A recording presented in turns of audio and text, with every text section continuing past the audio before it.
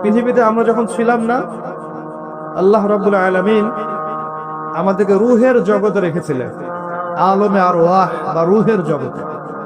সেখানে আমাদের আত্মাগুলো ছিল। এই আত্মাগুলোকে একত্রিত করে আল্লাহ পাক জিজ্ঞাসা করেছিলেন, আলাস্তু বিরব্বিকুম, আমি কি তোমাদের রব নই? সবাই আমরা বলেছিলাম, আমরা যারা আছি এখন, জীবিত মৃত ভবিষ্যতে আসবে, আমরা সবাই এক বাক্যে বলেছিলাম, বালা, অবশ্যই আপনি আমাদের রব। আমাদের মনে পড়ে? মনে পড়ে না। এই কথাটা মনে করিয়ে দেওয়ার জন্যই আল্লাহ পাক প্রত্যেক যুগে যুগে অসংখ্য নবী রাসূল পাঠিয়েছেন, আসমানি কিতাব পাঠিয়েছেন, যাতে করে ওই কথাটা মনে করিয়ে দেওয়া যায়। কথা বুঝতে পারছেন? আলাস্তু বিরব্বিকুম, আমরা বলেছিলাম বালা, অবশ্যই আপনি আমার রব। সেখান থেকে আমাদের এই যে মাটির দেহ, এর মধ্যে রূহ দেয়া হলো। মাটির দেহটা কিন্তু আপনি না, ওই রূহটা হচ্ছেন আপনি। কারণ আপনার দেহটা পচে যাবে, আপনার আমার দেহের সৌন্দর্য থাকবে, বয়স থাকবে, পচে যাবে, নষ্ট হয়ে যাবে। আপনার রূহ, এটা কিন্তু মরবে না। ওই রূহের জগৎ থেকে রূহটা পাঠানো হয়েছে মায়ের গর্ভে। মায়ের গর্ভ থেকে এই যে দুনিয়ার জীবনে, দুনিয়ার জীবন থেকে হয় ইল্লিনে যাবে, না হলে সিজ্জিনে। তারপরে আবার রূহটাকে দেহে ফেরত দেওয়া হবে কিয়ামতের দিন। ওই রূহওয়ালা বডিটার হিসেব হবে এবং সে আত্মা হয়ে যাবে জান্নাতে, না হলে জাহান্নামে। আত্মা কি মরলো? আত্মা একটা ভ্রমণ চক্র পার করলো। ইয়া আইয়াতুহান নাফসুল মুতমাইন্না, আছে না? ইরজিই ইলা রাব্বিকি রাদিয়াতান মারদিয়াহ, হে প্রশান্ত আত্মা, তোমার রবের দিকে ফিরে আসো, সন্তুষ্ট ভাজন হয়ে ফিরে আসো। ফাদখুলি ফি ইবাদি, আমার বান্দাদের অন্তর্ভুক্ত হয়ে যাও। ওয়াদখুলি জান্নাতি, জান্নাতীদের অন্তর্ভুক্ত হয়ে যাও। এই রূহ আর আত্মা, এর ব্যাখ্যা কি সায়েন্স করতে পারবে? আমাদের এডুকেশন সিস্টেম ব্যাখ্যা করতে পারবে আত্মা কাকে বলে? ফিলোসফি সাবজেক্টের মধ্যে রূহ নিয়ে প্রচুর বই আছে, কেউ আজ পর্যন্ত কোনো কনক্লুশন বা উপসংহারে যেতে পারে নাই যে আসলেই জিনিসটা কি। এমনকি নবী সাল্লাল্লাহু আলাইহি ওয়াসাল্লামকে 3টা প্রশ্ন করা হয়েছিল, আসহাবুল কাহফের কি হয়েছে, জুলকারনাইন বাদশার কি হয়েছে, আত্মা কাকে বলে। ইহুদিরা এই 3টা প্রশ্ন শিখিয়ে দিয়েছিল না, মনে আছে? ওই 3টা প্রশ্নের উত্তর দেওয়ার ঘটনা দিয়েই তো সূরা কাহফ নাজিল হলো। এখানে আল্লাহ পাক রূহের সংজ্ঞা দিয়েছিলেন, সূরাতুল বনী ইসরাঈলের মধ্যে আছে, ইয়াসআলুনাকা আনির রূহ, তারা তোমাকে আত্মা সম্পর্কে জিজ্ঞেস করে। কুল রূহ মিন আমরি রাব্বি, বলে দাও আত্মা হচ্ছে তোমার রবের একটা আদেশ মাত্র। আল্লাহর আদেশে এসেছে, আল্লাহর আদেশে চলে যাবে। কেউ দেখতে পারবে? পারবে না। সায়েন্স ব্যাখ্যা করতে পারবে? যুক্তি দর্শনের ব্যাখ্যা করতে পারবে? সায়েন্স কি স্বপ্নের ব্যাখ্যা দিতে পেরেছে এখন পর্যন্ত? স্বপ্ন কেন দেখে? একটা স্বপ্ন দেখলাম মনে করেন, এবং স্বপ্নটা সত্য হয়ে গেল, এর ব্যাখ্যা দিতে পারবে কেন সত্য হলো? স্বপ্ন সত্য হয় না। এখন এক শ্রেণীর মানুষ আছে মনে করে স্বপ্ন বলতে কিছুই নাই, স্বপ্ন সত্য হতে পারে না, এবং স্বপ্ন নিয়ে কিন্তু ঠাট্টা মশকরা করে। কিন্তু দেখবেন মুমিন বান্দাদের স্বপ্ন সত্য হয়। ভালো স্বপ্ন আল্লাহর পক্ষ থেকে দেখানো হয়, সত্য হতে পারে। কোন কোন ক্ষেত্রে কাফেরের স্বপ্ন সত্য হতে পারে। এটা আবার কোথায় পেলেন? দলিল দিচ্ছি। ইউসুফ খোলেন, ইউসুফ আলাইহিস সালাম জেলখানায় আছেন, 2জন কয়েদি, দুজনে অমুসলিম, এসে বলছেন আমি স্বপ্ন দেখেছি যে আমি মনিবকে কিছু পান করাচ্ছি, এবং আমি স্বপ্ন দেখেছি আমার মাথায় রুটি আছে, এখান থেকে কাক বা চিল খেয়ে নিচ্ছে। ইউসুফ আলাইহিস সালাম বললেন, যার মাথা থেকে রুটি খেয়ে নেওয়া হচ্ছে একে শীঘ্রই শুলদণ্ড দেয়া হবে। তাই হলো। আর যে পান করাচ্ছে একে মুক্ত করে দেওয়া হবে। ওই 2 ব্যক্তি কি মুসলিম ছিলেন? সত্য স্বপ্ন দেখেছেন আল্লাহর পক্ষ থেকে। নবুয়তের 46 ভাগের 1 ভাগ কিন্তু সত্য স্বপ্ন। তো শেষ জামানায় মুমিনরা বেশি বেশি সত্য স্বপ্ন দেখতে পারে এবং এগুলো ফলতেও পারে। যেহেতু প্রসঙ্গটা এসেই গেছে, বলে দিচ্ছি আপনার কাছে, বেশিরভাগ স্বপ্নই অহেতুক চিন্তাবশত মানুষ দেখে থাকে। আর এক প্রকার স্বপ্ন মানুষ শয়তানের পক্ষ থেকে দেখে, আর এক প্রকার স্বপ্ন আছে যেটা আল্লাহর পক্ষ থেকে মানুষকে দেখানো হয়, সত্য স্বপ্ন। আমি রুহের কথা বলছিলাম, আমরা রুহের জগতে ছিলাম, সেখান থেকে এই রুহের চক্র ভ্রমণ করছে। এই ভ্রমণ চক্রের মধ্যে একটা সময় দেখেন আপনি, শুধু মায়ের গর্ভ থেকে নিয়ে এই যে পৃথিবীর জীবনটুকু, এটাই হচ্ছে আপনার আমার দুনিয়ার হায়াত, কিন্তু রুহের হায়াত নয়। আপনার আমার দুনিয়ার জীবনের হায়াত, রুহের হায়াত নয়। রুহ সৃষ্টি করা হয়েছে আরো অনেক আগে। আমার কথা বুঝতে পারছেন? আমি সহজ করবো ইনশাল্লাহ, আমাকে সহজ করতে বলা হয়েছে।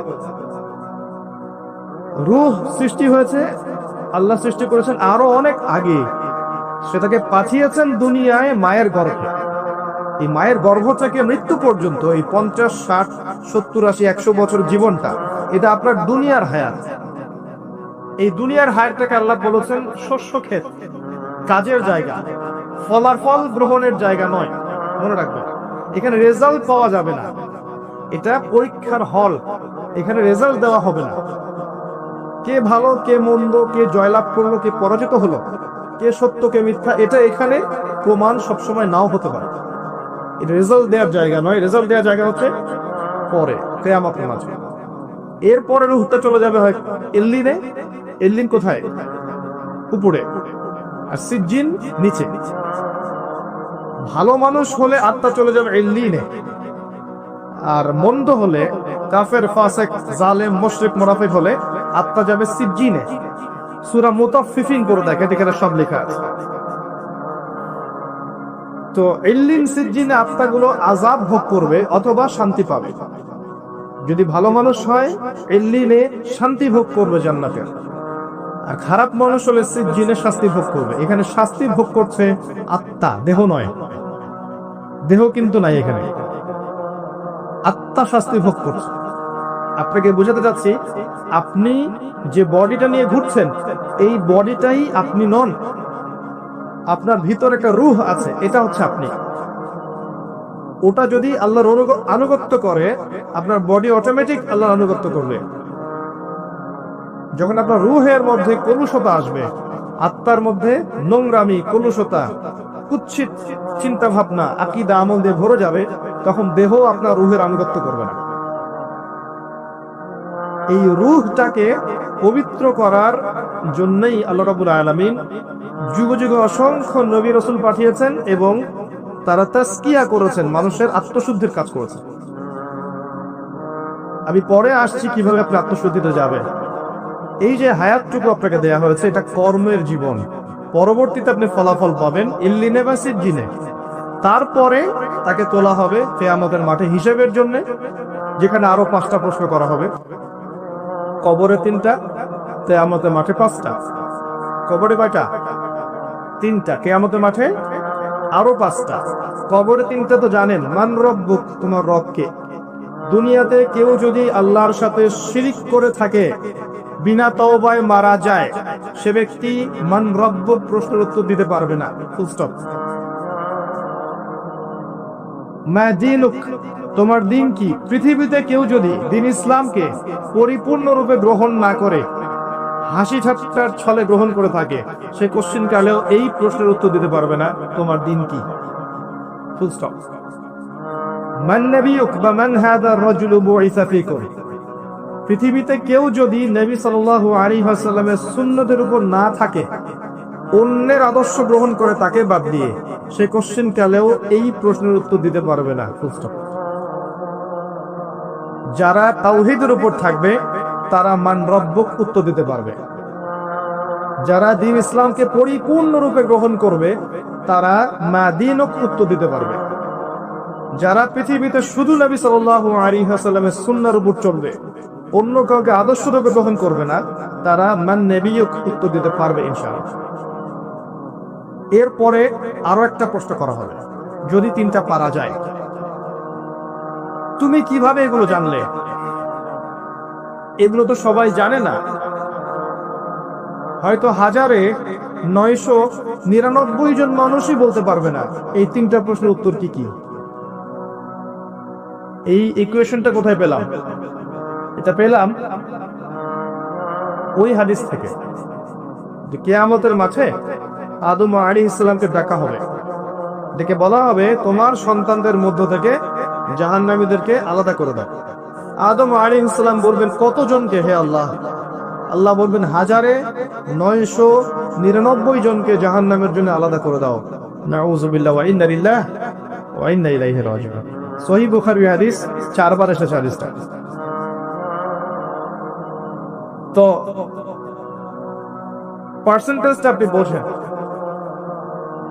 বেশিরভাগ মানুষই কবরের প্রশ্ন উত্তর দিতে পারবে না। তার মানে বেশিরভাগ মানুষ এই দুনিয়ার জীবনে, উম্মতে মুহাম্মাদের এই দুনিয়ার জীবনে শিরক করবে, দ্বীন ইসলামকে পরিপূর্ণরূপে গ্রহণ করবে না এবং নবীর আদর্শ ছেড়ে অন্য আদর্শ গ্রহণ করবে। এটা হবে এই উম্মতের ক্ষেত্রে, এটা হবে। এই তিনটা হচ্ছে আপনার কবরের প্রশ্ন। প্রশ্ন ফাঁস করা আছে, উত্তর সবাই দিতে পারবে না।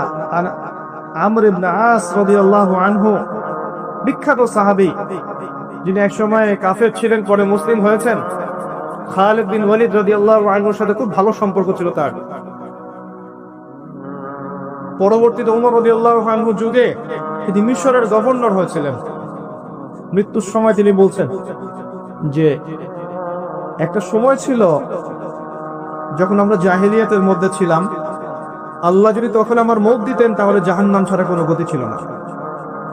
এরপর আমি ইসলামের মধ্যে আসলাম এবং ভালো আমল করতে থাকলাম। এমন আমল করছিলাম যে ওই সময় যদি আল্লাহ আমার মৌত দিতেন তাহলে আমি হয়তো জান্নাতের ব্যাপারে নিশ্চিত থাকতে পারতাম। এরপরে আসলো কিছু কিছু ফিতনা, এখন আমি সেই ফিতনার জড়িয়ে মারা যাচ্ছি, আমি জানি না আমার সাথে কি হবে।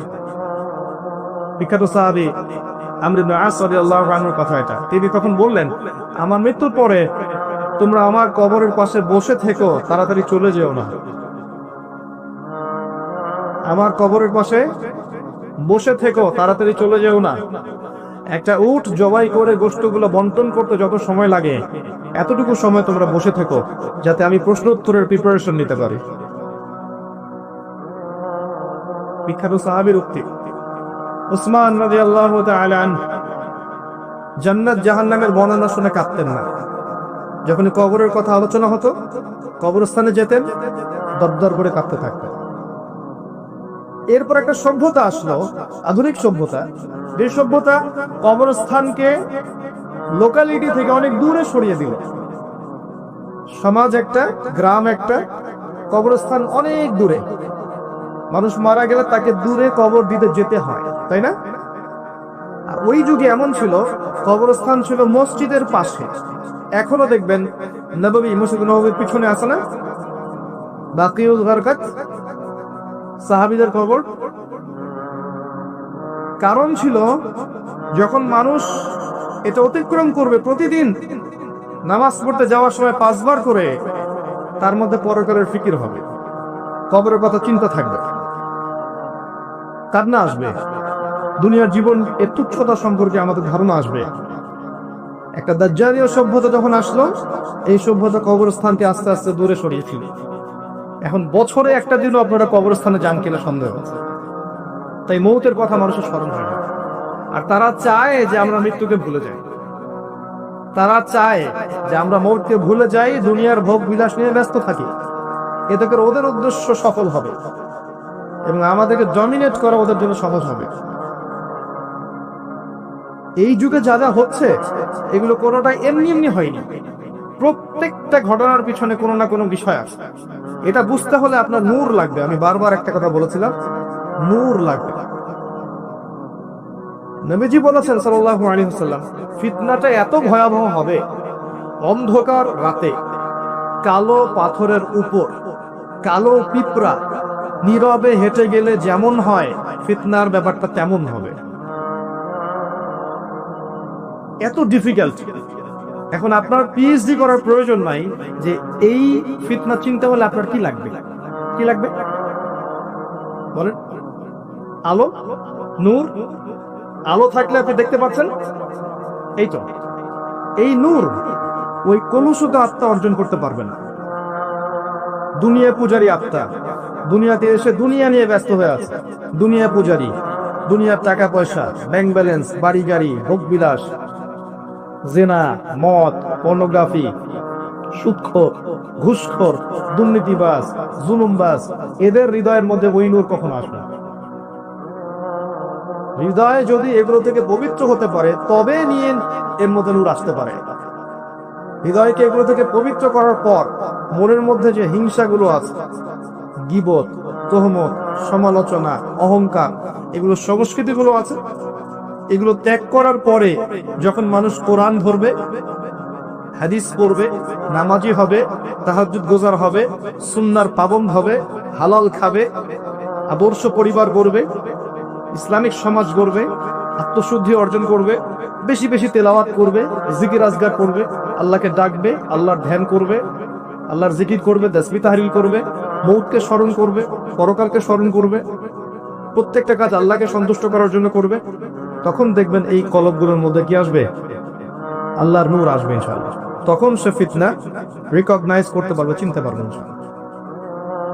তো এই রূহটা যদি নূর দিয়ে আলোকিত করতে না পারি, পরকালে কবরেও নূর পাবো না, হাসরের মাঠেও কখনো নূর আসবে না। একটা আয়াত বলছি, সূরা হাদীদে আল্লাহ পাক বলেছেন, ইয়াউমা তারাল মুমিনিনা ওয়াল মুমিনাত ইয়াসআ নূরুহুম বাইনা আইদিহিম ওয়া বিআইমানিহিম।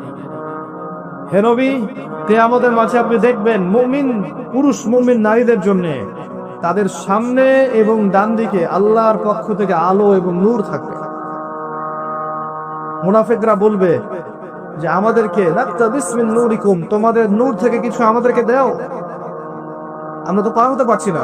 ফুলসিরাত, ওদেরকে বলা হবে কিলা রজিউ ওয়ারাকুম ফালতামিসু নূরা, ফিরে যাও পিছনে, পিছনে ফিরে। দুনিয়ার জীবন তোমাদেরকে প্রতারিত করেছিল, আজকে তোমাদের জন্য কোনো নূর নাই। আল্লাহ যাকে নূর দিবে না, ফামা লাহু মিন নূর, তার কোনো নূর থাকবে না। নূর নিয়ে এতগুলো কথা এই জন্য বলছি, আমি পরে আসছি টপিকে। এই যুগে যদি আপনি চলতে চান, ফিতনাগুলো চিনে আল্লাহর পথে চলতে চান, এগুলো থেকে দূরে থাকতে চান, আল্লাহর আনুগত্য করতে চান, রাসূলের আনুগত্য করতে চান, পরিস্থিতি বুঝে এগোতে চান, আপনার বাহ্যিক চোখ যথেষ্ট না, আপনার নূর দরকার কলবের মতো। বাহ্যিক চোখ দিয়ে আপনি সব বুঝতে পারবেন না। বাহ্যিক চোখ দিয়ে আপনি দেখবেন বিশ্ব এগিয়ে যাচ্ছে, আর আল্লাহর নূর দিয়ে দেখলে আপনি বুঝতে পারবেন বিশ্ব এগিয়ে যাচ্ছে ঠিকই, তবে এটা তার ধ্বংসের দিকে এগিয়ে যাচ্ছে। দৃষ্টিভঙ্গির বিশাল পার্থক্য দেখবেন আপনি। তো এই যে সময়টা আল্লাহ দিয়েছেন, এই সময়টুকুতে যদি আমরা তাওহীদে থাকি, সুন্নতে থাকি, দিন পরিপূর্ণরূপে পালন করি, কবরের 3টা প্রশ্নের উত্তর দিতে পারবেন ইনশাআল্লাহ। এরপরে আপনাকে রাখা হবে ইল্লিনে, যেখানে আপনি জান্নাতের নিয়ামত ভোগ করবেন। আল্লাহর পথে যারা শহীদ, তাদের ব্যাপারে এসেছে, তোমরা আল্লাহর পথের শহীদদেরকে নিহত বলো না, মৃত বলো না, তাদেরকে আল্লাহর পক্ষ থেকে রিজিক প্রদান করা হয়। জাফর ইবনে আবি তালিব রাদিয়াল্লাহু আনহু, যিনি মুতার যুদ্ধে শহীদ হয়েছিলেন, তার 2টা হাত কেটে গিয়েছিল। নবী সাল্লাল্লাহু আলাইহি ওয়াসাল্লাম কান্নাকাটি করেছিলেন তার ইন্তেকালের সংবাদ শুনে, কিন্তু একটু পরে মুচকি হেসেছেন। তাকে জিজ্ঞেস করা হলো, কি জন্য আপনি হাসলেন ইয়া রাসূলুল্লাহ? তিনি বললেন, আমি দেখলাম যে জাফর রাদিয়াল্লাহু আনহুকে আল্লাহ এই কাটা 2 হাতের বিনিময়ে জান্নাতে 2টা সবুজ পাখা দিয়েছে। এটা দিয়ে সে জান্নাতে ঘুরে বেড়াচ্ছে এবং ফল খাচ্ছে। তার মানে ইল্লিনে আপনি আপনার কর্মফল ভোগ করবেন, আপনার আত্মা ভালো ফল ভোগ করবে। আর যদি দুনিয়ার কর্মজীবনে খারাপ কাজ করে থাকে, শিরিক করেছে, বেদাত করেছে, হারাম খেয়েছে, সুদ খেয়েছে, ঘুষ খেয়েছে, জিনা করেছে, দুর্নীতি করেছে, জুলুম করেছে অন্যের উপরে, এমন কোন পাপ নাই দুনিয়াতে করে নাই, এর আত্মা ইল্লিনে যাবে না, সিজ্জিনে যাবে। সিজ্জিন, ওয়ামা আদরাকা মা সিজ্জিন, আল্লাহ বলেছেন তোমরা কি জানো সিজ্জিন কি? কিতাবুম মারকুম, আল্লাহর কাছে লিখিত কিতাব। এখানে আত্মাদেরকে শাস্তি দেওয়া হবে। এই যে বারজাখের জীবনের শাস্তি নবীজি দেখে এসেছেন মেরাজের রাতে, সুদখোরদের মাথা ফাটিয়ে দেয়া হচ্ছে, রক্তের নদীতে ফেলে মাথা ফাটিয়ে দেয়া হচ্ছে, এতিমের মাল আত্মসৎকারীরা জ্বলন্ত অঙ্গার গিলে খাচ্ছে, ব্যভিচারকারীদেরকে এই যে পচা গোশত খেতে দেয়া হচ্ছে, মহিলা জেনাকারদেরকে এই যে বুকের মধ্যে হুক লাগিয়ে ঝুলিয়ে রাখা হয়েছে, এই যে শাস্তিগুলো তিনি দেখে এসেছেন, এগুলো কিন্তু ওই বারজাখের শাস্তি। এটা কিন্তু জাহান্নামের ওই কিয়ামতের মাঠের শাস্তি নয়, কিন্তু বারজাখী জীবনের শাস্তি। দেখেছেন জিহ্বা আগুনের কেচি দিয়ে কেটে দেওয়া হচ্ছে এক শ্রেণীর বক্তার, জানা অনুযায়ী আমল করতো না। এগুলো বারজাখের শাস্তি। তার মানে আত্মার কিন্তু আপনার মৃত্যু হচ্ছে না। এই দুনিয়ার জীবনটাই সব নয়, তাহলে মৃত্যু হয়ে গেলেই সব শেষ হয়ে যাবে না, বরং আপনার আত্মা বাকি থাকবে। আত্মা হয় ইল্লিনে যাবে, না হলে সিদ্দিক। নিষ্কৃতি নাই কোনো, আমাদের কোনো নিষ্কৃতি নাই। আবু বকর সিদ্দিক রাদিয়াল্লাহু আনহু এই জন্য বলতেন, ইয়া লাইতানি লাউ কুনতু শাজারা, হায় আমার দুর্ভাগ্য যদি আমি এই গাছটা হয়ে যেতাম, যার কোনো হিসেব নিকেশ নাই।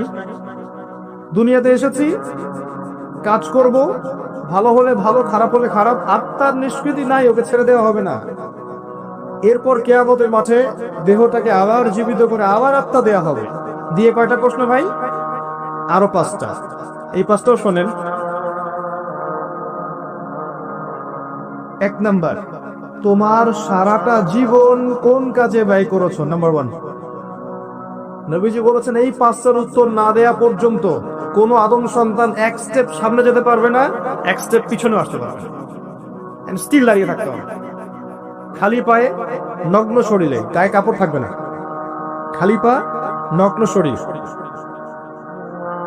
রোদের উত্তাপ বুঝতে পারছেন, মানুষের ঘাম টাকনো, হাঁটু, বুক, গলা পর্যন্ত পৌঁছানো। দাঁড়িয়ে আছে। 5টা প্রশ্ন, তোমার সারা জীবন কোন কাজে ব্যয় করেছো বলো, না হলে 1 স্টেপ আগাতে পারবে না, বলো। 2 নাম্বার প্রশ্ন, স্পেশালি তোমার যৌবন, যুবকদেরকে বলছো, স্পেশালি তোমার যৌবন কোন কাজে ব্যয় করেছো বলো, আগাতে দেওয়া হবে না, না হলে। বার্ধক্যে অনেকেরই মওতের ফিকির আসে, কিন্তু সারা জীবন সুদ খেয়ে শেষ বয়সে চিল্লা দিয়ে এসেছে, এমন লোক আছে। সারা জীবন ঘুষ খাইছে, দুর্নীতি করছে, মদ খাইছে, জেনা করছে, জুয়া খেলছে, শেষ বয়সে হজ করে আলহাজ হয়ে গেছে, এমন লোকের অভাব নাই। যৌবনকাল ভাইটাল টাইম। এই সময়টাতে সবাই হেদায়েতের পথে চলতে চায় না। রক্ত গরম থাকে, উচ্চাবিলাস থাকে, পলিটিক্যাল পাওয়ার অ্যাচিভ করতে হবে, অথবা একটা ভালো নারী চাই, অথবা আমি বিভিন্ন মেয়েদের সাথে অ্যাফেয়ার করব আর ভোগ করব, অথবা পর্নোগ্রাফিতে আসক্ত হয়, অথবা মাদকাসক্ত হয়, খেলাধুলা করে সময় নষ্ট করছে, অথবা দেখবেন ব্যাংক ব্যালেন্স টাকা পয়সা পিছনে ছুটছে। মানে ওর যত ছোটাছুটি দেখবেন স্পেশালি যৌবনকালে, স্পেশালি যৌবনকালে। এবং এই যৌবন শুধু আপনার না, যুবতীদেরও, বোথ অফ দেম, উভয়ই জানে না জীবনের উদ্দেশ্য কি। অন দ্য আদার হ্যান্ড মেয়েকে দেখবেন সারাদিন মেকআপ, পার্লার, এই ফ্যাশন, ওই ফ্যাশন, এই ড্রেস, ওই ড্রেস, টিকটক, ফেসবুক, ইউটিউবিং, এই মধ্যে ব্যস্ত আছে। বসে বসে নিজেই হাসছে, নিজেই ছবি তুলছে, নিজে নিজে হাসছে একা একা। মানে হাসির কোনো কারণ নাই, এমনি একা বসে আছে, হাসলো, ছবি তুলছে। মানে মাইন্ড প্রোগ্রামিং। দেখেন আমাদের মাথাটাকে ইহুদিরা প্রোগ্রামিং করে দিয়েছে। মানে আপনি যা করবেন ওরা আপনাকে দেখতে আসবে না, বরং আপনি নিজেই জানিয়ে দিবেন, দেখো আমি এটা করেছি। ওয়াইফকে নিয়ে ঘুরতে গেছে, ছবি দিন ফেসবুকে, কয়দিন পর হয়তো বাথরুমে বসেও ছবি দিল। এটাই বাকি আছে খালি, আই থিঙ্ক শুধু এটাই বাকি আছে, বাকি সবই দেয়ার। এগুলো দিস হয়ে আমি আপনাদের ভাষা বুঝছি না, বলতেও পারি না। এগুলো মাঝে মধ্যে দেখা যায়। ভালো করে খেয়াল করেন, মানুষের 2টা জীবন, ব্যক্তিগত জীবন আর পাবলিক লাইফ। পাবলিক লাইফ, আপনি আমি এখন পাবলিক লাইফে আছি, আমাদের প্রাইভেসি আছে, সবকিছু তো আপনি জানবেন না, আবার আপনার সবকিছু আমি জানবো না। একটা প্রাইভেট লাইফ, ব্যক্তিগত জীবনে আপনি খান, ঘুমান, আপনি স্ত্রীর সাথে থাকেন, ঘরের মধ্যে অনেক কিছুই করেন। এই মাইন্ড প্রোগ্রামিং করে ওরা আমাদেরকে এমন একটা মানসিকতা দিয়ে দিয়েছে যে আমরা এখন পাবলিক লাইফ আর প্রাইভেট লাইফের পার্থক্য বুঝতে পারছি না। মানুষের প্রাইভেট লাইফকে আমরা পাবলিক করে দিচ্ছি, ব্যক্তিগত জীবনে যা করছে সব ঢেলে মানুষকে জানাচ্ছে। ওরা কিন্তু জানতে আসছে না, আপনি জানিয়ে দিচ্ছেন ফেসবুকে। এটা প্রোগ্রামিং, একটা মাইন্ড প্রোগ্রামিং। ওদের ওই যুব সমাজও যেমন, যুবতী সমাজও তেমন। দেখবেন এরাও ফ্যাশন, ওই পার্লার, গেট আপ, জিন্স গেঞ্জি, রাস্তায় ঘোরা। তারপরে যদি বুঝায় দেওয়া যায় যে তুমি তো সম অধিকার পাওয়ার যোগ্য, নারী পুরুষের কোনো পার্থক্য নাই, তুমি বাসায় বসে থাকবে কেন? তুমি বেগম রোকেয়ার উত্তরসূরি না? বাসা থেকে বের হও, ঘর থেকে বের হও, মৌলবাদী পর্দার দর্শন বাদ দাও, পুরুষের কাঁধে কাঁধ মিলিয়ে মাঠে নামো, জাতিকে এগিয়ে নাও। তাহলে তো আর কথাই নাই, ওকে আর ওরা হাতি দিতে পারবে না। ও তো আবার আকাশে উঠবে, মাটিতে হাঁটবে না, আকাশে হাঁটবে। দাজ্জাল, আমি বলেছি দাজ্জাল, ফেমিনিস্ট রেভলিউশন। এই যে feminist revolution is created by মাসিহুদ দাজ্জাল। দাজ্জালের যারা ফলোয়ার্স আছে এরা এই ফেমিনিস্ট রেভলিউশন ক্রিয়েট করেছে। নবী সাল্লাল্লাহু আলাইহি ওয়াসাল্লাম মেরাজের রাতে যখন গিয়েছেন, একজন ফেরেশতা তাকে দেখে হাসেনি, তার নাম মালিক। সূরা যুখরুফের মধ্যে তার কথা আছে। তিনি জিবরাইলকে জিজ্ঞাসা করেছিলেন আলাইহিস সালাম, ও হাসছে না কেন? জিবরিল আমিন বলেছেন, তাকে আল্লাহ পাক জাহান্নামের প্রহরী হিসেবে সৃষ্টি করেছেন। যেদিন থেকে আল্লাহ তাকে এই দায়িত্ব দিয়েছেন, ওই দিন থেকে মুখের হাসি উড়ে গেছে। আর জাহান্নামে তিনি ছাড়াও আরো 19 জন বড় বড় ফেরেশতা থাকবেন। আলাইহা তিসআতা আশা, কোরআনে আছে। আরো অগণিত ফেরেশতা থাকবেন যারা দায়িত্ব পালন করবেন। নবী সাল্লাল্লাহু আলাইহি ওয়াসাল্লামকে দেখানো হলো জাহান্নামের আযাব। তিনি দেখলেন, পৃথিবীতে এসে বললেন মেরাজ শেষে, আমি জাহান্নামকে দেখেছি যেখানে উদ্ধত এবং অহংকারীরা আছে, এবং সেখানকার বেশিরভাগ অধিবাসী হচ্ছে মহিলা, নারী। তার মানে শোনেন, এই হাদিসের ভুল ব্যাখ্যা বোঝেন না। এটা সমস্ত উম্মতদের জন্য নয়, এটা এই উম্মতের জন্য খাস। নবী সাল্লাল্লাহু আলাইহি ওয়াসাল্লামকে মেরাজের রাতে যে শাস্তিগুলো দেখানো হয়েছে, এগুলো এই উম্মতের জন্য বেশি খাস। এই উম্মতের মানুষ বেশি সুদ খাবে, বেশি জেনা পরকিয়া করবে, ইতিমের মাল আত্মসাৎ হবে এই উম্মার মধ্যে বেশি। এই উম্মতের বক্তারা জানহুন যে আমল করবেন অনেকেই। এই উম্মতের নারীরা বেশিরভাগ জাহান্নামে যাবে। শেষ 100 বছরের দিকে তাকান, বেশিরভাগ অনুসারী যদি জাহান্নামে যায় মহিলা এই উম্মতের, তার মানে এই উম্মতের মহিলাদের সাথে শেষ জামানায় এমন কিছু হবে যার ফলে তারা দিনের পথে থাকতে পারবে না। শেষ জামানায় এমন কিছু ওদের সাথে হবে যার ফলে ওরা তাওহীদ, দ্বীনের জ্ঞান অর্জন, সুন্নত, পর্দা, হালাল এই বিষয়গুলো মেনে চলতে পারবে না, প্রতিবন্ধকতার শিকার হবে। আর সেই বিষয়টাই বলেছে আমি আমার ব্যাখ্যায়, এটা হচ্ছে ফেমিনিস্ট রেভলিউশন, নারীদের এই অবাধে বেরাল্লাপনা। এটা আজকে থেকে 100 বছর আগে ছিল না। আজকে থেকে 100-200 বছর আগে দিকে তাকিয়ে দেখেন, এরকম পশ্চিমা ধাঁচে সারা বিশ্বে মুসলিম কান্ট্রিগুলোতে মেয়েরা এইভাবে ঘুরে বেড়ায়নি কখন। যারা নারীরা এখন পুরুষের আসন নিয়ে নিয়েছে, আর পুরুষ হয়ে গেছে নারী। পোশাক পরিবর্তন হয়ে গেছে, নারী পুরুষের পোশাক করছে, মেয়ে নারী পোশাক করছে।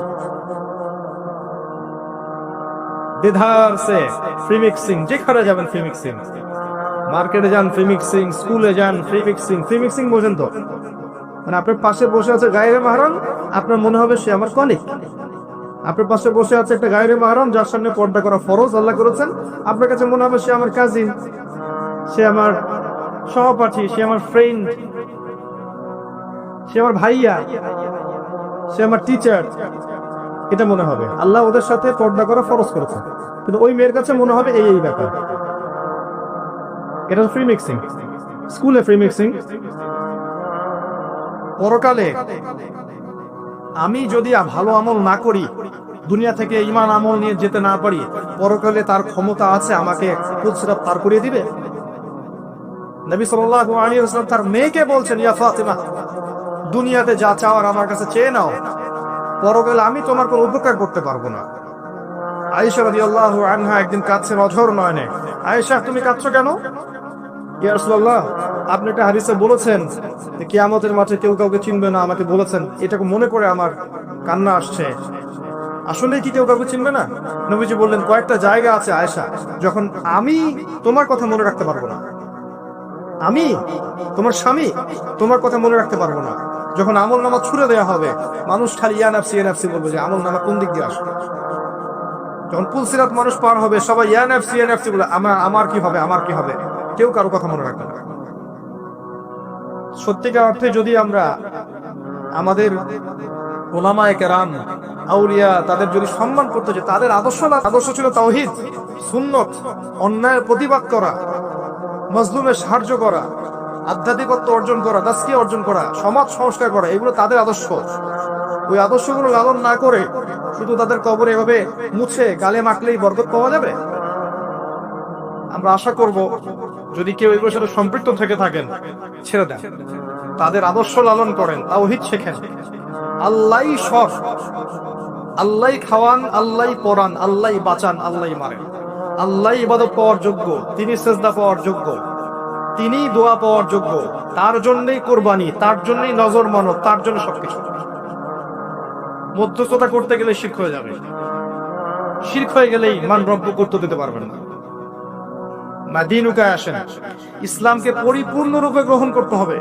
কিছু অংশ মানি, কিছু অংশ মানি না, এমন গ্রহণ করলে ইসলাম টিকবে না। নামাজি ব্যক্তিগত জীবনে পাক্কা নামাজি, মাশাআল্লাহ, অর্থনৈতিক জীবনে পাক্কা সুদখোর, চলবে না। ইসলামকে পরিপূর্ণরূপে মানতে হবে। ব্যক্তিগত জীবনে পাক্কা নামাজি, কপালে সেজদার দাগ আছে, অর্থনৈতিক জীবনে গিয়ে দেখবেন পাক্কা সুদখোর, চলবে না। ব্যক্তিগত জীবনে দান সদকা করছে মাশাআল্লাহ বেশি বেশি, দেখবেন খরচ যাকাতই দিচ্ছে না।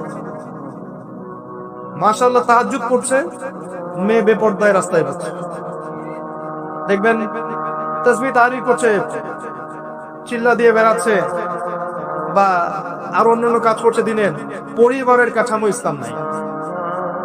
তো দেখবেন এগুলো হচ্ছে। বেশি বেশি তেলাওয়াত করছে মাশাআল্লাহ, এদিকে দেখবেন গীবত, তহমত, অহংকার, হিংসা দিয়ে ভর্তিমত। ইসলাম আংশিকতার নাম নয়, পরিপূর্ণ একটা জীবন ব্যবস্থার নাম। আমরা ইবাদত করব সেখানেও মুসলিম, সামাজিক জীব যখন সেখানেও তো আমরা মুসলিম, সেখানে সামাজিকতাও নবীর সুন্নাহ মতো চলতে হবে। অর্থনীতি চালাবো সেখানেও মুসলিম, সেখানেও অর্থনীতির ক্ষেত্রে আল্লাহর দেওয়া অর্থনীতি গ্রহণ করতে হবে। আপনি সমাজ চালাবেন সেখানেও সামাজিক নীতিনীতির ক্ষেত্রেও ইসলামিক আদর্শ গ্রহণ করতে হবে।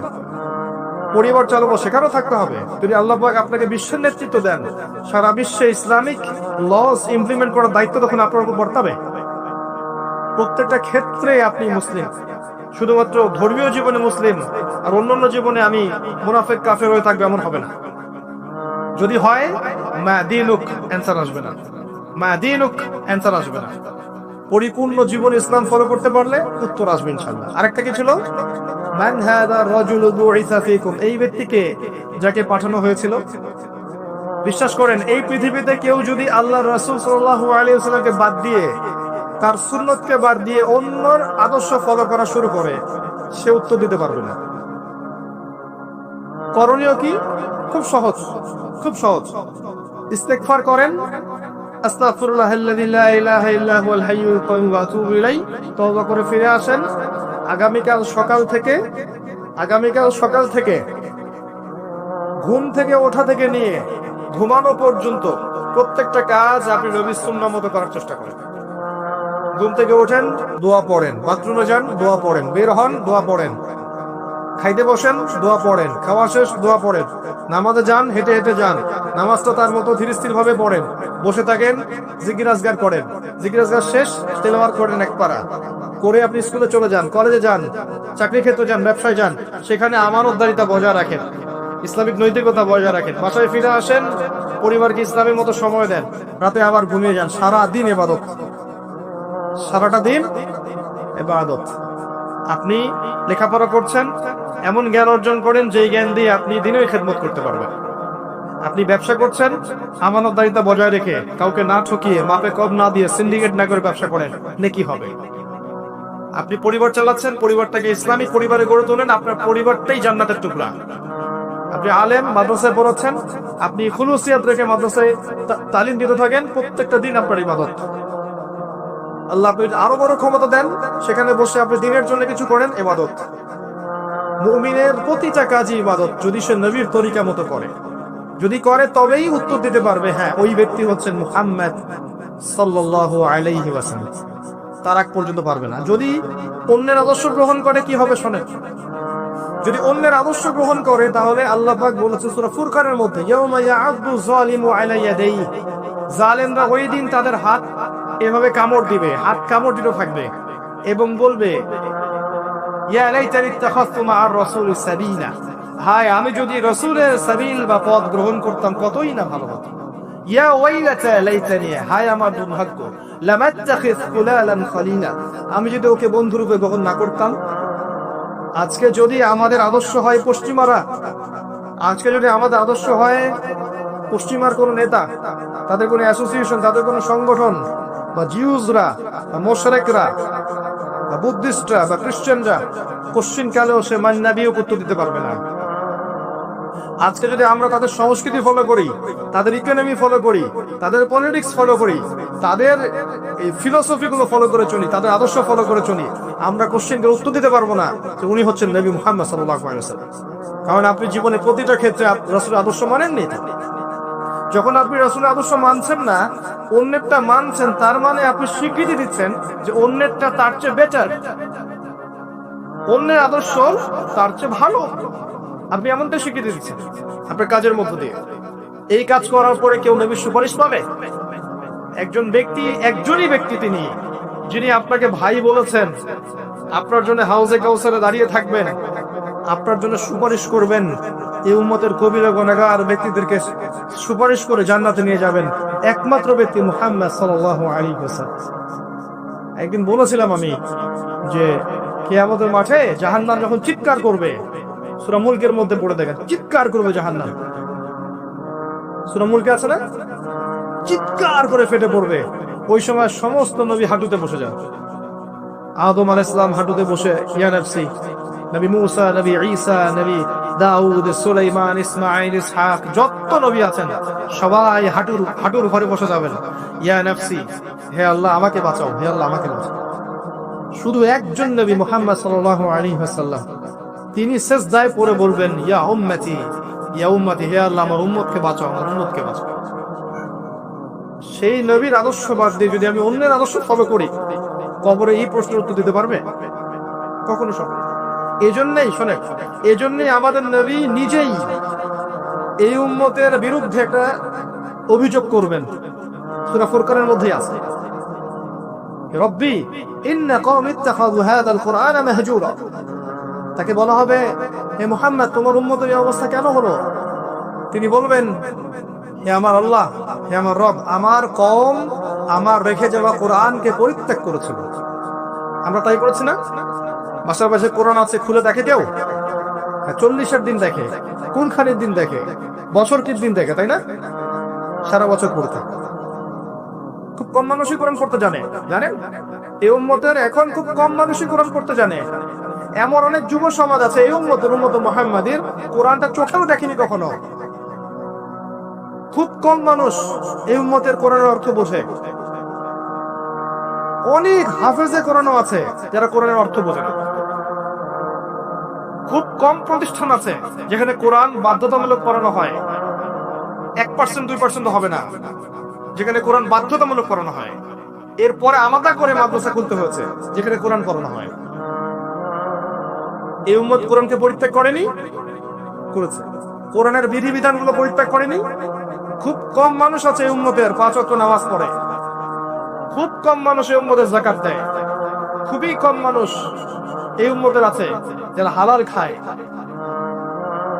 জিনা থেকে দূরে আছে, মাদক থেকে দূরে আছে। কমই মানুষ আছে। এজন্যই নবীজি বলেছেন সাল্লাল্লাহু আলাইহি ওয়াসাল্লাম, ৭৩টা দল হবে উম্মতের, একটা জান্নাতে যাবে, বাকি ৭২টা জাহান্নামে যাবে। এজন্যই ১৯৯৯ জন মানুষ জাহান্নামে যাবে। সতর্ক হয়ে যান, আমরা কোরআনকে যেন পরিত্যাগ না করি। এই তিনটার উত্তর কি হলো? তাওহীদে থাকবেন, ইনশাআল্লাহ উত্তর দিতে পারবেন। 2 নাম্বার, দিনকে পরিপূর্ণরূপে পালন করবেন, ইনশাআল্লাহ উত্তর দিতে পারবেন। 3 নাম্বার, নবীর আদর্শ মেনে চলবেন, ইনশাআল্লাহ উত্তর দিতে পারবেন। তারপরের 5-এ যান, এখানে গিয়ে আপনাকে করা হবে সারা জীবন কিভাবে কাটিয়েছে, ওই যে উত্তর দিলাম। প্রত্যেকটা দিন যদি আপনি নবী সাল্লাল্লাহু আলাইহি ওয়াসাল্লামের সুন্নাহ মতো চলতে পারেন, সকাল থেকে সন্ধ্যা পর্যন্ত, এটা যদি ধরে রাখতে পারেন বছর, মাসের পর মাস, বছরের পর বছর, আপনার সারা জীবনই তো ইবাদত, তাই না? তখন সহজ হবে, হে আল্লাহ আমি সারা জীবন তোমার নবীর আদর্শে চলছি। যৌবন কোন কাজে ব্যয় করেছো? এখনকার এই ভোগ বিলাসিতা ত্যাগ করে, এই বাড়ি গাড়ি, টাকা পয়সা, গার্লফ্রেন্ড, পর্ন, হাবিজাবি, মাদক ছেড়ে দিয়ে এখনই যদি যুব সমাজ তওবা করে ফিরে আসে, এখন থেকে দিনের পড়াশোনা করে, কোরআন পড়তে শেখে, আরবি ভাষা শেখে, কোরআন নিয়ে গবেষণা করে, হাদিস পড়ে, দিনের মেহনত করে, আলেম ওলামার সহবতে থাকে, দিনের কল্যাণে কিছু করে, যৌবনটাকে আল্লাহর পথে কাজে লাগায়, এরা উত্তর দিতে পারবে না? পারবে, যে আমি আমার যৌবনটা আল্লাহ তোমার রাস্তায় বিলিয়ে দিয়েছি। কত মুসলিম কন্টিনেন্ট আছে যে কন্টিনেন্টে ইসলাম ঢুকেছে যুবকদের তরবারির মাধ্যমে। মোহাম্মদ বিন কাসিম, তারেক বিন জিয়াদ যুবক ছিলেন। ওই সময়কার সিচুয়েশন এমন ছিল, ইসলামিক গভর্নমেন্ট ছিল। এখন আবার বের হয়ে যায় না তরোয়াল নিয়ে।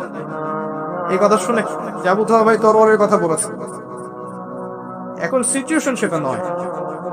তাদের ইমারত ছিল, খিলাফা ছিল, ইসলামিক হুকুমত ছিল, সেখান থেকে রাষ্ট্রপ্রধান ফোর্স পাঠিয়েছিল।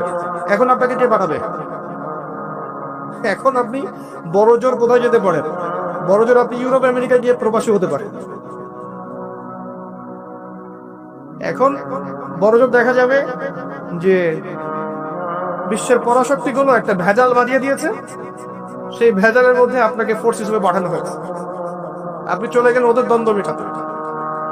যাই হোক, এই যৌবনকালে যারা আল্লাহর ইবাদত করবে, নবী সাল্লাল্লাহু আলাইহি ওয়াসাল্লাম বলেছেন আরশের ছায়ার নিচে আল্লাহ পাক তাদেরকে ছায়া দিবেন। এর চেয়ে বড় সৌভাগ্য হতে পারে? যুবকদের হাতে ইসলামের বিজয় লেখা আছে। এই জামানার যুব সমাজ এবং তার পরবর্তী প্রজন্ম, ইনশাআল্লাহ আমরা বিশ্বাস করি আগামী দিনের সোনালী দিন তারা দেখে যাবে ইনশাআল্লাহ। তবে শর্ত হচ্ছে সমস্ত পাপ থেকে তওবা করে আজকেই দিনের পথে ফিরে আসতে হবে। যুবক যুবতী সবাইকে বলছে, একজন যুবক যেমন একটা কমিউনিটির জন্য যথেষ্ট, একজন যুবতী মাও কিন্তু দেখবেন একটা জাতির ভবিষ্যৎ গড়ে দেবেন সব।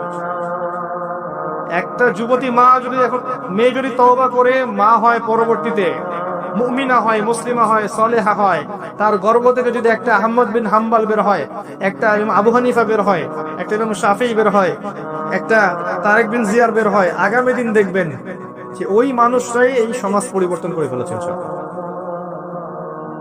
তো আমরা তাদেরকে আল্লাহর পথে ফিরে আসার জন্য তওবা করার নসিহত করবো। আল্লাহ পাক তৌফিক দান করুন, আমিন। জিজ্ঞেস করা হবে কোন পথে অর্থ উপার্জন করেছো? আজকে সুদ খাচ্ছি, ঘুষ খাচ্ছি, দুর্নীতি করছি, আত্মসাৎ করছি, পরোয়া করছি না। কোন পথে খরচ করেছো? যা ইচ্ছা তাই খরচ করছি। বাড়ি করে রেখেছেন সিলেটে, থাকার লোক নাই, আপনি পড়ে আছেন ওইখানে। লন্ডন বানিয়ে রেখেছেন, জায়গাটাকে লন্ডন বানিয়ে রেখেছেন, পড়ে আছেন ওইখানে।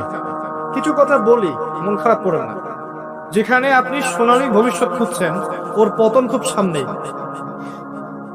যে সভ্যতাটাকে আপনি সিভিলাইজড মনে করছেন, আপনার জীবন প্রতিষ্ঠিত হয়ে গেছে, আপনি গ্রিন কার্ড পেয়ে গেছেন, হ্যাঁ আপনি সিকিউর, দেশ তো ভালো না, দেশের জনগণ ভালো না, আপনি আপনার প্রতিভাগুলো ওখানে বিকিয়ে দিচ্ছেন, মনে করছেন এটা সাস্টেইন করবে। শুনে রাখেন, এই বিশ্বের ভবিষ্যৎ এমন দিকে যাচ্ছে যে পশ্চিমা সভ্যতা বলে কোনো সভ্যতার অস্তিত্ব থাকবে না ইনশাআল্লাহ। ইনশাআল্লাহ তারা সবচেয়ে অন্ধ এবং সবচেয়ে বোকা শ্রেণীর মানুষ যারা ওখানে স্থায়ী বাস করেছে। আমার কাছে তারা সবচেয়ে অন্ধ মানুষ, কারণ তারা দুই চোখ দিয়ে দেখতে পারছে না, এক চোখওয়ালা। এটা সিকিউরড লাইফ নয়, আপনি ধ্বংসের দিকে গিয়েছে। সেখানে ইসলামিক পরিবেশ নেই, ইসলামিক অনুশাসন নেই, সেখানে জালেম কুফফারদের দৌরত্ব আছে, এবং যারা ঐক্যবদ্ধভাবে সারা বিশ্বে মুসলিম কিলিংস করছে, ওদের ওখানে আপনি শান্তি খুঁজছেন। আপনার প্রতিভাগুলো দেশকে দেওয়া যেত না? দেশকে দিয়ে প্রতিভা দিয়ে এগিয়ে নিয়ে যায় না? প্রয়োজনের খাতিরে গিয়েছি, ঠিক আছে, ফিরে আসেন, এনাফ। একটা বিষয়ের জন্য গিয়েছেন, অর্জন হয়েছে, চলে আসেন, নিজের প্রতিভা দেশকে দেন, দেশের কল্যাণে কিছু করেন, কোনো প্রজেক্ট লঞ্চ করেন, কিছু করেন, ক্রিয়েটিভ কিছু করেন। সমাজ যদি পরিবর্তনের চেষ্টা আপনি না করেন, আর যদি শুধু দোষ দিয়ে যান সমাজটা ভালো না, দেশটা ভালো না, দুর্নীতিতে ভরে গেছে, এই হয়েছে সেই হয়েছে, তো এর পেছনে তো আমিও দায়ী। আমি তো এটাকে দূর করার কোনো প্রচেষ্টা চালালাম না। যেখানে আপনি রঙিন স্বপ্ন দেখছেন, ওই সভ্যতাটার সামনে ধ্বংস হয়ে যান। দেখে নিয়ে নসিহত থাকবে, ওখানে নিজের চিরস্থায়ী আবাস করতে যায় না, ভুল ডিসিশন হচ্ছে। কোন পথে উপার্জন করেছেন, উপার্জনের কথা বলতে গিয়ে এদিকে আসলাম। প্রত্যেকটা ক্ষেত্রে উপার্জনের খেয়াল রাখতে হবে যে আমি হালাল নিচ্ছি কিনা, হারাম থেকে দূরে আছি কিনা। হালাল খান, অল্প খান, অল্পে তুষ্ট থাকেন, আল্লাহ পাক আপনাকে অল্প আমলে নাজাত দিয়ে দিবেন। অল্প আমল এনাফ, নাজাত দিয়ে দিবে। দেখেন বেলাল রাদিয়াল্লাহু আনহু, কৃষ্ণকায় মানুষ, দরিদ্র মানুষ, আল্লাহ পাক তাকে কাবা ঘরের উপর উঠে আযান দেওয়ার সৌভাগ্য দিয়েছে। আব্দুল্লাহ ইবনে মাসউদ মিশকাতেন, আল্লাহ পাক রাইসুল মুফাসসিরিন বানিয়েছেন। তাফসীরকারদের মধ্যে শ্রেষ্ঠ তাফসীরকার তিনি, সবচেয়ে বড়। আল্লাহর হাতে রিজিক, হালালে থাকেন, আল্লাহ রিজিক দিবেন ইনশাআল্লাহ। কিয়ামত হবে না আপনার রিজিক না শেষ হলে, আপনার মৌত হবে না আপনার চালের দানা বাকি না থাকলে। আসমান জমিন সৃষ্টির 50,000 বছর আগে আল্লাহ রিজিক লিখেছেন। একটা চালের দানা পৃথিবীতে রেখে আপনি বিদায় নেবেন না। এক ঢোক পানি না খেয়ে, যেটা পৃথিবীতে আছে ওটা না খাওয়া পর্যন্ত আপনি যাবেন না পৃথিবীতে। অস্থির হচ্ছেন কেন? হারামে যাচ্ছেন কেন? সুদ খাচ্ছেন কেন? ঘুষ নিচ্ছেন কেন? দুর্নীতি কেন করছেন? রিজিক আল্লাহর হাতে, আল্লাহ দিবে আপনাকে। এগুলো তো নিজের জন্য করছেন, পরিবারের জন্য করছেন, আগামী প্রজন্মের জন্য করছেন। শোনেন, আপনি মারা যান, 3টা দিন সময় লাগবে না আপনাকে ভুলে যায়। আপনি মারা যান, কবরে চলে যান, যাদের জন্য সারা জীবন ঘুষ খেয়েছেন, দুর্নীতি করেছেন, আপনি সুদ খেয়েছেন, আত্মসাৎ করেছেন, যাদের জন্য করেছেন, নিজের এবং যাদের জন্য, এরা আপনাকে 3 দিনের বেশি মনে রাখবেন। মারা যাওয়ার সাথে সাথেই আপনার দলিলাদি, জমি জমা, ব্যাংক ব্যালেন্স নিয়ে কারাকারি শুরু করে। আল্লাহকে চিনলেন না আপনি, হারামে যায় না, আল্লাহর রাস্তায় হারামে যায় না। কোন পথে ব্যয় করেছো? এই যে অপব্যয়। 10টা বাড়ি বানিয়ে রেখেছেন, দেশে নাই, বিদেশে পড়ে আছেন, অপব্যয়। এই টাকাটা আপনি সমাজের কল্যাণে কোনো প্রজেক্টে কাজে লাগাতে পারতেন। প্রচুর অপব্যয় করি আমরা কিন্তু অপব্যয় করা জাতি। অজুর পানি থেকে শুরু করে একদম রাষ্ট্রীয় সম্পদ পর্যন্ত অপব্যয় করতে থাকে। অজু করবেন, দেখবেন 10 জনের পানি দিয়ে একজন অজু করবে। যার ইমানের যত বেশি, তার ট্যাপের স্পিড তত বেশি। অজুরও পানির লিমিট আছে। হ্যাঁ, নবী সাল্লাল্লাহু আলাইহি ওয়াসাল্লাম অল্প পানিতে অজু করেছেন। এর মানে এই না যে সেখানে পানির স্বল্পতা ছিল এই জন্য। এমনকি তিনি বলেছেন, এই যে ঝর্ণার ধারেও যদি অজু করো, তারপর অজুর পানি থেকে খেয়াল রাখতে, অপচয় করা যাবে না। অজুর পানি থেকে শুরু করে একদম সমাজ থেকে শুরু করে বিশ্ব রাষ্ট্র সব জায়গায় যান, অপচয় আর অপচয়, অপচয়, অপচয়। আর দেখবেন জনগণ বুঝেই হয়, আমরাও মাশাআল্লাহ সেরকমই জাতি। একটা জিনিস করে দিয়েছে রাষ্ট্র, দেখবেন ওটার মূল্য আমরা বুঝবো না। সুন্দর রাস্তা করে দিয়েছে, সুন্দর সেতু করে দিয়েছে, দেখবেন সরকারি মাল, দরিয়া মেডাল নষ্ট করতে থাকে, কিছু কোনো সমস্যা নেই। অথচ ওইটা আমাদের সম্পদ, আমাদের আমানত। এই রাস্তা রক্ষা করা দায়িত্ব আমার, আমি জনগণ। গভর্নমেন্ট একটা জিনিস করে দিয়েছে, এটা রক্ষা করার দায়িত্ব আমার। তো যেটা আমি মনে করি যে সরকারি টাকা যায় যাক, আমি নষ্ট করলাম, তো সমস্যা কি? এটা খেয়ানত, এটা আমানতের খেয়ানত হলো। তারাও যেমন করে, আমরাও করি। দেখবেন উপর থেকে একটা হাতি আসে, হাতিটা আস্তে আস্তে আস্তে আস্তে আস্তে আস্তে মাছি হয়েছে। হাতির কান, ডাল, মাথা, পা এগুলো আকাম বাকামনি করে খেতে খেতে খেতে খেতে একটা মাছি পাবেন। আর যেটা পাবেন সেটা জনগণ দেখবেন যে যাচ্ছে তাই ব্যবহার করে শেষ করে ফেলবে। জনগণও খেয়ালকারী, উপরের লোকও খেয়ালকারী। আল্লাহ পাক এভাবেই দিয়েছেন, যতক্ষণ পর্যন্ত আপনি আমি ভালো হব না, যতক্ষণ পর্যন্ত আপনি আমি ঈমান, আমল, আকীদা সংস্কার করব না, ভালো হব না, আপনি ভালো নেতৃত্ব আশা করতে পারেন না। এগুলো মহাকাশ থেকে পড়েনি, আমাদের মধ্যে থেকেই গজিয়েছে। এখানকার মানুষদের মধ্যেই যদি একজনকে নেতা নির্বাচন করেন, সে এখান থেকেই হবে। সে আসমান থেকে টপকাবে না। এই মানুষগুলো ভালো না হলে নেতাও ভালো হবে না। মানুষকে ভালো করতে শেখেন, মানুষের আকীদা আমলকে সংস্কার করেন। শুধুমাত্র সমালোচনা করে সবকিছু হয় না। আমি কি দিচ্ছি রাষ্ট্রকে? আমি আমার জ্ঞান দিয়ে, আমার মেধা দিয়ে, আমার প্রজ্ঞা দিয়ে জনগণের জন্য, সমাজের জন্য, রাষ্ট্রের জন্য কি করলাম? আজ পর্যন্ত কিছুই করিনি। সমালোচনা করে যাচ্ছে, এটা ভালো না, ওইটা ভালো না, এটা। আর কেউ কেউ তো থাকবোই না দেশে, ভাই বাইরে থাকবো, দেশটাই পচে গেছে। কই আপনি ভালো তো দেশে এসে দেশকে ভালো করছেন না কেন? সব থেকে সমস্যা আমাদের মানসিক সমস্যা।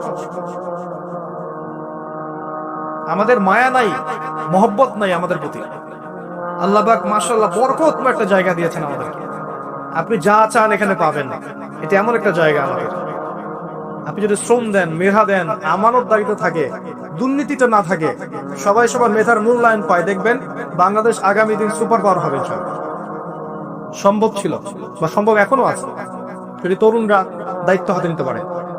আল্লাহ পাক যোগ্য নেতৃত্ব নিয়ে আসুক এবং যারা আছে সবাইকে আল্লাহ হেদায়েত করুক। আমি কোনো দলের মানুষ না, আমি আমার আবেগ থেকে অ্যাজ এ সিভিলিয়ান কথাগুলো বলছি যে আল্লাহ পাক যেন যোগ্য মানুষদেরকে দিয়ে একটা সুন্দর সুশৃঙ্খল কাঠামো করে দেন, যেখানে থাকবে না কোনো দুর্নীতি, থাকবে না কোনো ঘুষ, কোনো সুদ, কোনো জেনা, কোনো ব্যভিচার। একটা সুকুনের পরিবেশ থাকবে, সবাই সবার প্রতিভার মূল্য পাবে, মাজলুম হবে না, জালেম পার পেয়ে যাবে না, মাজলুমের আর কাঁদতে হবে না। এমন একটা পরিবেশ আল্লাহ পাক যেন তৈরি করে দেন। আল্লাহ পাক যেন যারা আছে ওদের হাত শক্তিশালী করে দেন এবং ইসলামের জন্য কাজ করার তৌফিক দান করেন। আল্লাহ চাইলে সব করতে পারে, আল্লাহ চাইলে মানুষের মন খুলে দিতে পারে। আল্লাহ পাক চাইলে পৃথিবীর সবচেয়ে জঘন্য মানুষকে হেদায়েত দিয়ে নিয়ে এসে তার দিয়ে আল্লাহ পাক ইসলামের খিদমত করতে পারে। বুড়ি বুড়ি প্রমাণ আছে। খালিদ বিন ওয়ালিদ রাদিয়াল্লাহু আনহু ইসলামের এগেইনস্টে যুদ্ধ করেছেন, পরে মুসলিম হয়ে তিনি ইসলামের পক্ষে 100 যুদ্ধ করেছেন। আল্লাহ পারেন, তাই আমরা হেদায়েতের দোয়া করবো সবসময়। সমালোচনা সংস্কৃতি বাদ দেন, হেদায়েতের দোয়া করবো। সুপরামর্শ দিতে পারি, পরিস্থিতি বোঝাতে পারি, হেদায়েতের দোয়া করতে পারি, দেখবেন ইনশাআল্লাহ তাআলা আল্লাহ চান তো এই জাতির তাকদীরে ভালো কিছু হবে ইনশাআল্লাহ। যদি আমরা ইমানদার হতে পারি, তাকওয়া অর্জন করতে পারি, আপসে মিল মোহব্বত রাখি, বিভক্ত না হই, ইখতিলাফ না করি, ঐক্যবদ্ধ থাকি, যুব সমাজকে সঠিক দিক নির্দেশনা দিতে পারি, পরবর্তী প্রজন্ম করতে পারি, মেয়েদেরকে পর্দা আনতে পারি, এবার ইনশাআল্লাহ আযজা ওয়া জাল এটা কোরআনের সমাজ গড়ে উঠবে ইনশাআল্লাহ। আল্লাহ পাক তৌফিক দান করুন, আমিন। আর লাস্টের একটা প্রশ্ন শেষ করছি, এটা যারা অনুযায়ী আমল করেছো কিনা। আর এই জায়গায় আসলেই সবচেয়ে আগে ধরা খাবো আমরা, যারা এই চেয়ারে বসে কথা বলছো। জানা অনুযায়ী আমল করেছো কিনা খুব ডিফিকাল্ট, খুবই ডিফিকাল্ট। এবং এই আমানতদারিতা রক্ষা করা এত কঠিন যে আসমান, জমিন, পাহাড়, পর্বত এই দায়িত্ব নিতে চায় না। সূরা আহজাব পড়ে দেখেন, ইন্না আরাদনাল আমানাতা আলাস সামাওয়াতি ওয়াল আরদি ওয়াল জিবাল ফাআবাইনা আন ইয়াহমিলনাহা ওয়া আশফাকনা মিনহা ফাহামালাহা আল ইনসান ইন্নাহু কানা যালুমান জাহুলা। আল্লাহ পাক বলেছেন না, আমি এই আমানত, কোরআন সুন্নাহর ইসলামের আমানত আমি আসমানে, জমিনে, এই পৃথিবীতে দিতে চেয়েছিলাম, পাহাড়ে দিতে চেয়েছিলাম। ওরা নিতে চায় নাই, ডিনাই করেছে। মানুষ নিয়েছে, কারণ মানুষ জাহেল এবং জালেম। আমরা অজ্ঞ, জালেম। আমানত নিয়েছি, দিন শিখেছি। কোরআন সুন্নাহর জ্ঞান থাকার পরে যদি আমি এই চেয়ারে বসে আমার কথা অনুযায়ী আমল করতে না পারি, তাহলে আপনার আগে আমাকে জাহান্নামে যেতে হবে। নাউযুবিল্লাহ। আমরা আল্লাহর কাছে আশ্রয় চাচ্ছি। সর্বপ্রথম যে ব্যক্তিকে দিয়ে জাহান্নাম উদ্বোধন করা হবে, সেই ওই 3 জন ব্যক্তির একজন হচ্ছে আলেম, যে ইলম অনুযায়ী আমল করেনি। যদি দিনের দায়িত্বগুলোর উদ্দেশ্য থাকে দুনিয়া, তাহলে ওই দায়িত্ব পালনে কোনো তাসির হবে না, সংস্কার হবে না। এমন অনেক ওলামায়ে কেরাম আছেন এবং ছিলেন, যাদেরকে আপনি কখনো ফেসবুকে দেখেননি, ইউটিউবেও দেখেন। তাদের মেহনত এবং রাতের তাহাজ্জুদের ফলশ্রুতিতে ইসলাম এখনো সমাজে টিকে আছে। এখন যুগ বদলে গেছে, এখন সব হচ্ছে কমার্শিয়াল। বক্তাও কমার্শিয়াল, শ্রোতাও কমার্শিয়াল, অ্যারেঞ্জমেন্টও কমার্শিয়াল। মাহফিল করতে এসে আমার যত অভিজ্ঞতা হয়েছে, তার সেগুলো যদি শেয়ার করা শুরু করি, তাহলে নাস্তিক আর সেকুলার সুযোগ পেয়ে যাবে আক্রমণ করা। শুধু উম্মাকে ভালোবাসি বলে আমি একটা কথাও বলিনি কখনো। এমন কিছু অভিজ্ঞতা আমার হয়েছে, এমন কিছু অভিজ্ঞতা আমার হয়েছে যেটা বললে শুধুমাত্র ইসলামের বিরোধী শক্তির একটা হাত পেয়ে যাবে, এটা চিন্তা করে আমি কখনো কিছু বলি না। কারণ আমি যদি 1 লাইন বলি আর একজন 10 লাইন বলবে, আর আমি যদি আবার 10 লাইন বলি আরেকজন 20 লাইন বলবে। এই 10-20 করতে করতে ইসরায়েল আরেকটা মিসাইল বানিয়ে দেবে। বুঝতে পারছেন? ভিতরে হিংসা, রিয়া, লোক দেখানো আমল, হিংসা, গীবত, তমত, একে অপরের সমালোচনা করা, কাকে টেনে নামানো যায়, কার পিছনে খোঁচানো যায়, কাকে বিতর্কিত করা যায়, এগুলো তো পারদর্শী হয়ে গেছে আমরা। এগুলো করতে করতে ইসলামের বিরোধী শক্তির যে উপকারটা আমরা করে দিয়েছি এটা আপনি কল্পনা করতে পারবেন। শত শত দলাদলি, বিভক্তি, একজন আরেকজনের বিরুদ্ধে, এই দল ওই দলের বিরুদ্ধে, এ ওর বিরুদ্ধে, এ আলের বিরুদ্ধে, এ ওর গীবত, এই একটা বিষয় বলবে, আরেকজন লাইভে এসে তার বিরুদ্ধে আরেকটা বলবে। এগুলো হচ্ছে বড় জিহাদ, মাশাআল্লাহ। এটা ইমাম আবু হানিফা রাহিমাহুল্লাহর যুগ নয়, ইমাম শাফিঈ, আহমদ বিন হাম্বল তাদের যুগ নয় যে একজন ইমাম এর পাদ হয়ে দিচ্ছে আরেকজন ইমাম। এটা ওই যুগ নয়। সমালোচনার সংস্কৃতি হচ্ছে, গীবতের, তমদের, ঘৃণার, হিংসার, বিদ্বেষের। এগুলো কি আমাদের শোভা পায়? যারা এই চেয়ারে বসে তাদের শোভা পায়? তাদেরকে দেখে মানুষ যদি না শেখে, তাদেরকে দেখে যদি মানুষ এগুলো শেখে, তাহলে তারা যাবে কোথায়? জনগণ কোথায় শিখতে যাবে? সবাই এমন তা বলিনি কখনো। তবে বহু কমিউনিটি আছে যারা এই খেয়ালগুলো করে যাচ্ছে, যারা দিনকে দুনিয়া অর্জনের মাধ্যম বানিয়েছেন, দিনকে দুনিয়া অর্জনের মাধ্যম বানিয়েছেন। এই কারণে দিন এখন প্রতিষ্ঠিত হতে পারছে না। যা জানি সে অনুযায়ী আমল করতে পারছি না। এমনকি সত্য কথা, হক কথাটুকু সুন্দর করে সমাজের সামনে বলবো, হাজারটা চিন্তা করছি, আমার ইমামতি থাকবে তো, আমাকে সভাপতি বেতন দিবে তো, আমাকে আবার মাহফিল কর্তৃপক্ষ পিটাই কিনা, অনেক চিন্তা করছি যে এখানে বসে হকটা বলবো কি বলবো। আবার এলাকা ভিত্তিক, আপনাদের এলাকায় কোন ওয়াজ করলে খাবে ভাই বলেন তো, বলে দিল হ্যাঁ এই ওয়াজ করবেন তাহলে খাবে খুব বেশি, মাশাআল্লাহ ওই ওয়াজ চলছে। বসলেন 1 ঘন্টায় মনে করেন আপনি 30,000 টাকা নেবেন, কথার কথা। তার মানে প্রতি 2 মিনিটের জন্য আপনি 1,000 টাকা পাচ্ছেন। ওই 1 ঘন্টা আপনি বসে তার আধা ঘন্টায় কেসা কাহিনী বলে শেষ করে দিলেন। এই যে 30 মিনিটের আমানতের খেয়ানত করলেন, এর ফলশ্রুতিতে দিনটা এখানে প্রতিষ্ঠিত হতে পারলো না।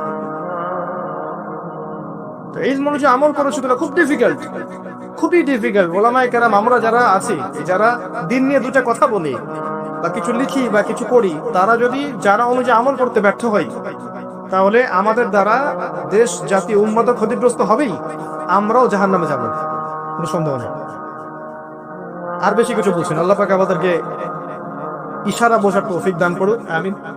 প্রতিটা কাজ, মসজিদ গঠন করা, মাদ্রাসা করা, শিক্ষক ছাত্র তৈরি করা, শিক্ষকদের ট্রেনিং দেয়া, মাহফিল করা, আপনার দিনী হালাকা করা, যত দিনী কাজকর্ম আছে, প্রতিটা কাজ শুধুমাত্র এক আল্লাহর সন্তুষ্টির জন্য করতে হবে।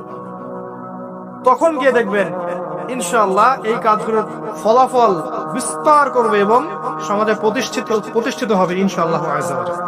আল্লাহ পাক আমাদের সবাইকে শিরক মুক্ত আমল করার তৌফিক দান করুন। আল্লাহ পাক আমাদের সবাইকে বেদাত মুক্ত আমল করার তৌফিক দান করুন। আল্লাহ পাক আমাদের সবার হালাল রিজিকের ব্যবস্থা করুন, যাবতীয় হারাম থেকে আল্লাহ পাক আমাদেরকে বাঁচিয়ে রাখুন। আমাদেরকে আল্লাহ পাক বেহায়াপনা, অশ্লীলতা, মাদক, পর্নোগ্রাফি থেকে হেফাজত করুন।